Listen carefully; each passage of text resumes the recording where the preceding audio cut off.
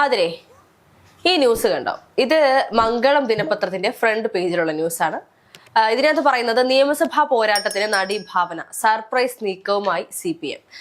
അതായത് ഇനിയിപ്പോൾ നിയമസഭാ തെരഞ്ഞെടുപ്പ് അടുക്കുമ്പോൾ എങ്ങനെയും വിജയം കൈവരിക്കണം, അല്ലെങ്കിൽ അതിനു വേണ്ടിയിട്ട് എത്രയും ജനപ്രീതി നേടിയ ആളുകളെ നിർത്താൻ സാധിക്കുമോ അത്രത്തോളം ജനപ്രീതി നേടിയ ആളുകളെ നിർത്തുക എന്നുള്ളതാണ് ഓരോ മുന്നണി. LDF മാത്രമല്ല, UDF ആയിക്കോട്ടെ, BJP ആയിക്കോട്ടെ, അതിൽ സിനിമാ താരങ്ങളുടെ പേര് വരെ ഉയർന്നു കേൾക്കുന്നത് നമ്മൾ കണ്ടിരുന്നു.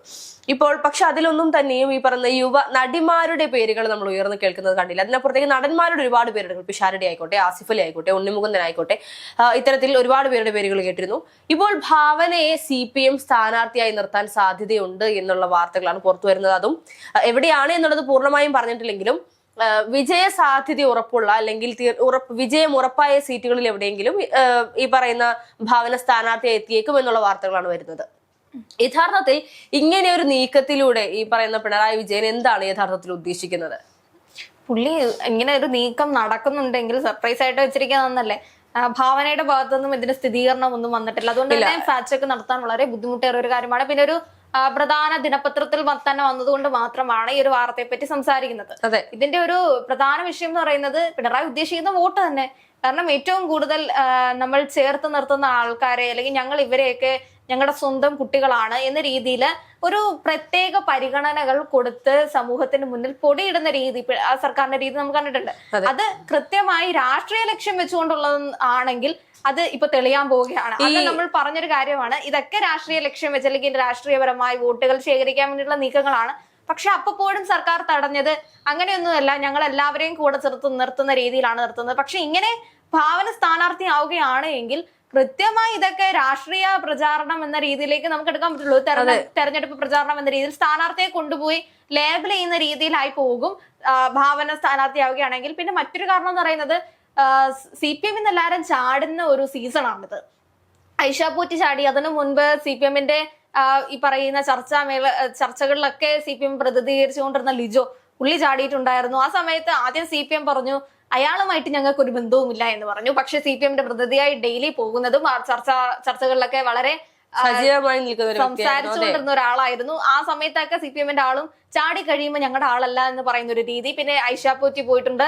അതിനുശേഷം ഇനിയും ആരൊക്കെയോ അണിയറയിൽ ചാടാൻ വേണ്ടി വെയിറ്റ് ചെയ്ത് നിൽക്കുകയാണ്. ഇതൊക്കെ മുന്നിൽ കണ്ടുകൊണ്ടാണ് എല്ലാവരും കൂടെ ചാടിപ്പോയി കഴിഞ്ഞാൽ ഇവർക്ക് ജയിക്കാൻ ഏതെങ്കിലും ഒരു മണ്ഡലത്തിൽ ഏതെങ്കിലും സ്ഥാനാർത്ഥി വേണ്ടെന്ന രീതിയിലായിരിക്കാം ഭാവനയെ നിർത്താൻ പോകുന്നത്. അതെ, ഈ തദ്ദേശ തെരഞ്ഞെടുപ്പിൽ നമ്മൾ കണ്ടിരുന്നു ഇത്തരത്തിൽ സ്ത്രീകളെയും അതുപോലെ തന്നെ യുവാക്കളെയും പ്രതിനിധീകരിച്ചുകൊണ്ട്, അല്ലെങ്കിൽ അവരെ കൂടുതൽ മുൻനിർത്തിക്കൊണ്ട് തദ്ദേശ തെരഞ്ഞെടുപ്പിൽ കൃത്യമായ ഒരു UDF തരംഗം ഉണ്ടാക്കാൻ UDF-നും അല്ലെങ്കിൽ പ്രത്യേകിച്ച് അതിന്റെ മുൻപന്തിൽ നിന്ന് കോൺഗ്രസിന് സാധിച്ചു എന്നുള്ളതാണ്. അപ്പോ നിയമസഭാ തെരഞ്ഞെടുപ്പിൽ ഏത് വിധേനയും വിജയിക്കണം എന്നുള്ളത് അവരുടെ ആവശ്യമാണ്. അതുമായി ബന്ധപ്പെട്ട് ഭാവന ഇപ്പോൾ CPM-ന്റെ ഭാഗത്തു നിന്നോ ഭാവനയുടെ ഭാഗത്തു നിന്നോ കൃത്യമായ ഔദ്യോഗികമായ സ്ഥിരീകരണമൊന്നും വന്നിട്ടില്ല എന്നുള്ളതാണ് യാഥാർത്ഥ്യം. പക്ഷെ എന്നാൽ പോലും അനൌദ്യോഗികമായി നമുക്ക് അറിയാൻ കഴിയുന്നത്, അല്ലെങ്കിൽ ഈ പത്രത്തിൽ വന്ന റിപ്പോർട്ടുകൾ പ്രകാരമാണെങ്കിൽ ഭാവനയുമായി ചർച്ചകൾ നടത്താനും അല്ലെങ്കിൽ ഭാവനയുടെ അഭിപ്രായം ആരായാനും ഒരു ശ്രമം നടക്കുന്നുണ്ട് എന്നുള്ള വാർത്തകളാണ് വരുന്നത്. ഒരു സിനിമ സ്റ്റൈൽ ക്ലീശ സാധനമായി പോവില്ലേ ഹർഷത്? പൊതുവെ ഇങ്ങനെ ഒരു പ്രശ്ന സമൂഹത്തിൽ ഇങ്ങനത്തെ കുറെ പ്രശ്നങ്ങൾ നമ്മൾ ചോദ്യം ചെയ്ത് കാണിക്കുകയും എന്നിട്ട് അതേ മേഖലയിൽ നിന്നുള്ള ആൾക്കാരെ എടുത്ത് സ്ഥാനാർത്ഥിയാക്കി നിർത്തുകയും, പക്ഷെ അവർക്ക് രാഷ്ട്രീയപരമായ ഒരു രീതി വേണ്ടേ? ഭാവന ഒരിക്കലും തന്റെ രാഷ്ട്രീയം ഇതാണ് എന്നുള്ള തുറന്നു പറയുകയും രാഷ്ട്രീയപരമായിട്ട് എല്ലാ കാര്യങ്ങൾക്കും അദ്ദേഹം പ്രതികരിക്കുന്ന ഒരാളായിരുന്നില്ല ഭാവന. അപ്പൊ അങ്ങനെയുള്ള സ്ഥാനാർത്ഥികൾ ഇവർക്കെതിരെ വരികയാണെങ്കിൽ ഇവർ തോറ്റുപോകുകയില്ല. അല്ല, ഒരു സമയത്ത് ഈ പറയുന്ന ഭാവനയെ മുഖ്യമന്ത്രി പിണറായി വിജയൻ നേരിട്ട് പോയി കാണുന്നതും അല്ലെങ്കിൽ സജീവമായ സംഭാഷണങ്ങളിൽ ഏർപ്പെടുന്നതൊക്കെ നമ്മൾ കണ്ടിരുന്നു. അപ്പോൾ അതിന് പിന്നാലെയാണ് ഇത്തരത്തിലുള്ള അഭ്യൂഹങ്ങൾ പുറത്തു വരുന്നത് യഥാർത്ഥത്തിൽ കാണാൻ സാധിക്കുന്നത്. ഇവിടെ നമുക്കറിയാം, മുൻ MLA ആയിരുന്നു, അല്ലെങ്കിൽ 30 വർഷത്തോളമായി CPM-ന്റേത് എന്ന് പറയപ്പെടുന്ന ഐഷ പോറ്റി, CPM-ന്റേതായി പൂർണ്ണമായും പ്രവർത്തിച്ചിരുന്ന ഐഷ പോറ്റി, അവസാനം അവർക്ക് കൃത്യമായ ഒരു പരിഗണന CPM-ന് ലഭിക്കുന്നില്ല എന്ന തിരിച്ചറിവ് വന്നതോടുകൂടി പിന്നീട് കോൺഗ്രസിലേക്ക് പോകുന്ന ഒരു സാഹചര്യം ഉണ്ടായി. ഈ പാർട്ടി മാറ്റത്തിൽ കൃത്യമായി CPM-ന് തിരിച്ചടി ഏറ്റിട്ടുണ്ട് എന്നുള്ളതാണ് യാഥാർത്ഥ്യം.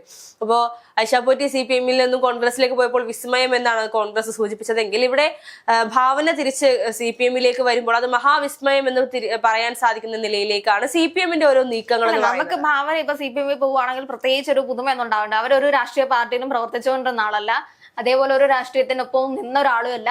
അവർക്ക് ഏറ്റവും സഹായകരമായിട്ടുള്ള, അല്ലെങ്കിൽ അവർക്ക് ഏറ്റവും ബന്ധമുള്ള ഒരു പാർട്ടിയോടൊപ്പം നിൽക്കുന്ന രീതിയിൽ മാത്രമേ പറയാൻ പറ്റുള്ളൂ. അതെ, ഈ ക്രിസ്മസിന്റെ ഈ ഒരു ചർച്ചയ്ക്ക് പ്രധാന കാരണം എന്ന് പറയുന്നത് ക്രിസ്മസുമായി ബന്ധപ്പെട്ട് ക്രിസ്മസ് വിരുന്നിൽ മുഖ്യമന്ത്രി നടത്തിയ വിരുന്നിൽ ഏറ്റവും പ്രധാനപ്പെട്ട ഒരു പങ്കാളിയായിരുന്നു അല്ലെങ്കിൽ പ്രധാനപ്പെട്ട അതിഥിയായിരുന്നത് ഈ പറയുന്ന ഭാവനയായിരുന്നു. അതേറെ ശ്രദ്ധേയമായിരുന്നു എന്നുള്ളതാണ്. രാഷ്ട്രീയ ചർച്ചകൾ നടന്നിട്ടുണ്ടാവും, രാഷ്ട്രീയപരമായി ഇങ്ങനെ ഒരു അഭിപ്രായം മുന്നോട്ട് വെച്ചിട്ടുണ്ടാവും, ഭാവനയെ സ്ഥാനാർത്ഥിയാക്കിയാൽ എങ്ങനെ ഉണ്ടാവും, ആ രീതിയിലുള്ള പാർട്ടി ചർച്ചകൾ ഉണ്ടായിട്ടുണ്ടാവും. അത് ഭാവനയിലേക്ക് എത്താനോ അല്ലെങ്കിൽ നമുക്ക് ഒരിക്കലും അങ്ങനെ പ്രതീക്ഷിക്കാൻ പറ്റില്ല. ഒരു സ്ഥാനാർത്ഥി ആവുകയും അല്ലെങ്കിൽ രാഷ്ട്രീയപരമായിട്ടുള്ള കാര്യങ്ങളിലേക്ക് ഒരു ജനപ്രതിനിധി എന്ന രീതിയിൽ ഒരു ജനപ്രതിനിധി എന്തായിരിക്കും ചെയ്യേണ്ടത്? കൂടുതലായും ജനങ്ങളുടെ ഇടയിലേക്ക് ഇറങ്ങി നിൽക്കുക, അല്ലെങ്കിൽ ആ ഒരു സാഹചര്യത്തിൽ കൂടുതൽ ജനങ്ങളെ പ്രതിനിധീകരിച്ച് സംസാരിക്കുക. ആ തലങ്ങളിലേക്കൊന്നും ഒരു ആക്ട്രസ് എന്ന നിലയിൽ പലരും ഇറങ്ങാൻ ഒരു ബുദ്ധിമുട്ടുണ്ടാവും. ഒരു ലോങ് ടൈം പീരീഡ് ഒക്കെ എടുത്തിട്ടാണ് ഈ പറയുന്ന കങ്കണയാണെങ്കിലും ഖുഷ്ബു ആണെങ്കിലും ഒക്കെ ഇറങ്ങിയിട്ടുള്ളത്. അവരുടെ ഒരു പീക്ക് ടൈം അല്ലെങ്കിൽ അവരുടെ ഒരു സേഫ് സോണിലൊന്നും അവരാരും ഇറങ്ങില്ല എന്നുള്ളതാണ് സത്യാവസ്ഥ. ഇപ്പൊ ഈ നടന്മാരുടെ പേര് പറഞ്ഞാൽ തന്നെ അതിനകത്തിൽ എത്ര ഒരു രീതി അല്ലെങ്കിൽ അതിൽ തന്നെ എത്ര പെർസെന്റേജ് അവർ ഇറങ്ങുന്ന ഒരു വിശ്വാസത ഇല്ല എന്നുള്ളതാണ് സത്യാവസ്ഥ. ഉണ്ണിമൂന്നനാണെങ്കിലും ആസിഫ് അലി ആണെങ്കിൽ 1% പോലും നമുക്ക് പ്രതീക്ഷിക്കാൻ പറ്റില്ല. അതൊക്കെ വെറും ഊഹാപോഹങ്ങളാണ്. അവിടെ അയാൾ ഇറങ്ങുമോ അല്ലെങ്കിൽ പാർട്ടിയെ പ്രതിനിധിച്ച് ഇനിയിപ്പോ പാർട്ടിയിൽ ഒരു സ്ഥാനാർത്ഥിയെ നിർത്തി കഴിഞ്ഞാൽ ജയിക്കാൻ പറ്റാത്ത ഒരുപാട് ആൾക്കാർ പാർട്ടിയിൽ നിന്ന് നിൽക്കുന്നില്ല എന്ന് കേട്ടിട്ടുണ്ടായിരുന്നു. ജയിക്ക് നിൽക്കുന്നില്ല എന്ന് കേട്ടു, അല്ലെങ്കിൽ ഗോവിന്ദൻ മാസ്റ്റർ നിൽക്കുന്നില്ല എന്ന് കേട്ടു. അതേപോലെ നമ്മൾ പ്രതീക്ഷിക്കുന്ന കുറെ സ്ഥാനാർത്ഥികൾ നിൽക്കാതിരിക്കുന്ന ഒരു സാഹചര്യത്തിലേക്ക് വരികയും അതേപോലെ പ്രത്യേകിച്ച് രാഷ്ട്രീയപരമായി പ്രശ്നങ്ങളൊന്നും ഇല്ലാതെ ജനങ്ങൾക്ക് പ്രശ്നങ്ങളൊന്നും ഇല്ല, ഇവരെ നിർത്തി കഴിഞ്ഞാൽ വോട്ട് കിട്ടും എന്ന രീതിയിലേക്ക് മാത്രം ഇങ്ങനെ ആൾക്കാരെ പേര് നിർദ്ദേശിക്കുന്ന ഒരു രീതി എന്ന് പറഞ്ഞു കഴിഞ്ഞാൽ അവർക്ക് തന്നെ തന്റെ പാർട്ടിയുടെ ഒരു വിശ്വാസം നഷ്ടപ്പെടുന്നതിന്റെ പ്രശ്നമാണ്. അല്ലാതെ സമൂഹത്തിൽ കൂടെ ചേർത്ത് നിർത്തുന്ന ആൾക്കാരെയൊക്കെ ഞങ്ങൾ സ്ഥാനാർത്ഥിയാക്കും എന്ന നിലയിലേക്കൊക്കെ പാർട്ടി മാറിപ്പോയോ എന്നൊക്കെ നമുക്ക് ചിന്തിക്കേണ്ടി വരും. പാർട്ടിക്ക് അങ്ങനെയൊക്കെ ചിന്തകളൊക്കെ വന്നോ, അല്ലെങ്കിൽ ഏത് ഇനിയിപ്പോ ഭാവനയാണ് നിൽക്കുന്നതെങ്കിൽ പോലും ഏത് മണ്ഡലത്തിലാണ് നിൽക്കുന്നതെന്നൊരു പ്രധാന ചർച്ച. അതെ, തീർച്ചയായിട്ടും. ഇപ്പോൾ CPM-ന്റെ ഒരു അവസ്ഥ എന്ന് പറയുന്നത് ഇപ്പോ നേരത്തെ അതിൽ സൂചിപ്പിച്ചതുപോലെ ഒരുപാട് കൊഴിഞ്ഞുപോക്കുകൾ നടക്കുന്നുണ്ട്. അതും എത്രയോ പതിറ്റാണ്ടുകളായി CPM-നോടൊപ്പം ഉണ്ടായിരുന്ന പലരും ഇത്തരത്തിൽ CPM-ൽ നിന്നും പാർട്ടി വിട്ടുകൊണ്ടും മറ്റു പലയിടങ്ങളിലേക്കും ചേക്കേറുന്ന ഒരു സാഹചര്യം, അല്ലെങ്കിൽ CPM-ന്റെ മുഖമായി നിന്നിരുന്ന പലരും മത്സരിക്കാൻ വിമുഖത കാണിക്കുന്നത്. ഇപ്പോൾ ശിവൻകുട്ടി ആണെങ്കിൽ പോലും തനിക്ക് വ്യക്തിപരമായി മത്സരിക്കാൻ താല്പര്യമില്ല എന്ന് തുറന്നു പറയുന്ന ഒരു സാഹചര്യത്തിലേക്ക് പോയി. മറ്റു പലരും വന്നുകൊണ്ട് CPM-ന്റെയും CPM തമ്മിലുള്ള പ്രശ്നങ്ങളെ ചൂണ്ടിക്കാണിച്ചുകൊണ്ട് അല്ലെങ്കിൽ BJP-യുടെ അന്ധകാര ചൂണ്ടിക്കാണിച്ചുകൊണ്ട് CPM-ൽ നിന്നും പലരും പുറത്തേക്ക് വരുന്നു. വെള്ളാപ്പള്ളിയുമായി ചേർന്ന് നിൽക്കുന്നത് കൊണ്ട് CPM-നകത്ത് നിന്ന് തന്നെ പല രീതിയിലുള്ള സ്വാരസ്യങ്ങൾ ഉയർന്നു വരുന്നു. ഇല്ല എന്ന് ഇവര് തന്നെ പറഞ്ഞു കഴിഞ്ഞാൽ ഇനിയിപ്പോ അന്യ സംസ്ഥാനത്തു നിന്ന് തൊഴിലാളികളെ ഇവിടെ ജോലിക്ക് കൊണ്ടുവരുന്ന രീതിയിൽ അവരെ കൊണ്ടുവന്ന് എല്ലാ മണ്ഡലങ്ങളിലും മത്സരിപ്പിക്കുന്ന തലങ്ങളിലേക്കാണോ CPM പോകുന്നത്? എനിക്ക് അങ്ങനെയൊന്നും തോന്നുന്നില്ല. പാർട്ടിയില് മത്സരിക്കാൻ പറ്റുന്ന സ്ഥാനാർത്ഥികൾ ഇപ്പോഴും ഉണ്ട്. പക്ഷെ ഈ പറയുന്ന രാഷ്ട്രീയപരമായി എതിർപ്പ് നേരിടുന്ന ഒരാളെ നിർത്താനുള്ള സാഹചര്യം ഉണ്ടാവുന്നില്ല. ഇതൊന്നും റിസ്ക് എടുക്കാൻ വയ്യാത്തത് കൊണ്ടായിരിക്കും. ഈ നമ്മൾ നേരത്തെ ഒരു ചർച്ച ചെയ്തായിരുന്നു, കണ്ണൂരില് കടന്നപ്പള്ളി രാമചന്ദ്രനെ നിർത്താന്ന് വെച്ചാൽ റിസ്ക് എടുക്കാൻ വയ്യ. റിസ്ക് എടുക്കാനുള്ള ഒരു ധൈര്യം CPM-ന് ചോർന്നു പോയി എന്നുള്ള ഒരു കാര്യമാണ്. ഇതിനപ്പുറം മറ്റൊരു കാര്യം കൂടിയുണ്ട്. യുവാക്കളെ അല്ലെങ്കിൽ സജീവമായി ചാടി നിൽക്കാൻ സാധിക്കുന്ന ഈ സ്ഥാനാർത്ഥികളെയൊക്കെ കിട്ടാൻ ഇനിയിപ്പോൾ കുറച്ച് ബുദ്ധിമുട്ടായിരിക്കും CPM-ന്. കാരണം CPM-നെ സംബന്ധിച്ച് ഇപ്പോൾ നിലവിൽ നിൽക്കുന്ന ഒരു മുഖങ്ങൾക്കും അപ്പുറത്തേക്ക് മറ്റൊരു നിര കാണിക്കാനില്ല എന്നുള്ളതാണ് യാഥാർത്ഥ്യം. പ്രദേശത്തിൽ ഏകദേശം അത് പയറ്റ് നോക്കിയപ്പോൾ തോറ്റുപോയില്ലേ? കാരണം ആ ഒരു സമയത്ത് എനിക്ക് തോന്നുന്നു CPM ആയിരുന്നു ഏറ്റവും കൂടുതൽ യുവത്വങ്ങളെ നിർത്തിയിട്ടുണ്ടായിരുന്നത്. ഏറ്റവും പക്ഷെ അങ്ങനെ തുറന്ന് കാണിക്കാൻ സാധിക്കുന്ന അല്ലെങ്കിൽ ഈ നിർത്തിയ യുവാക്കൾ എത്ര പേര് ജനങ്ങൾക്ക് അറിയാമായിരുന്നു.